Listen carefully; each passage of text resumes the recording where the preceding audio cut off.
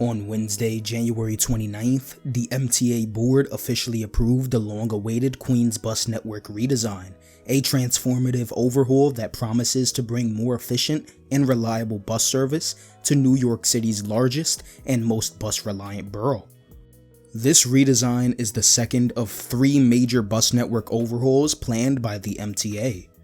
The Bronx bus redesign was implemented in the summer of 2022, and the final plan for the Brooklyn bus redesign is set to release later this year. These bus redesigns will change the routing for some existing bus routes, consolidate stops for faster service, and even create new routes. The Queens redesign, however, includes something specific to this borough: rush routes.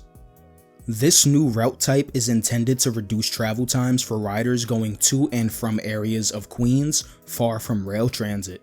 These routes will pick up passengers at major stops, then run non-stop to a transit hub. These routes have been one of the more controversial aspects of the plan, as they function similar to the current limited route type, and will likely just add more confusion for riders.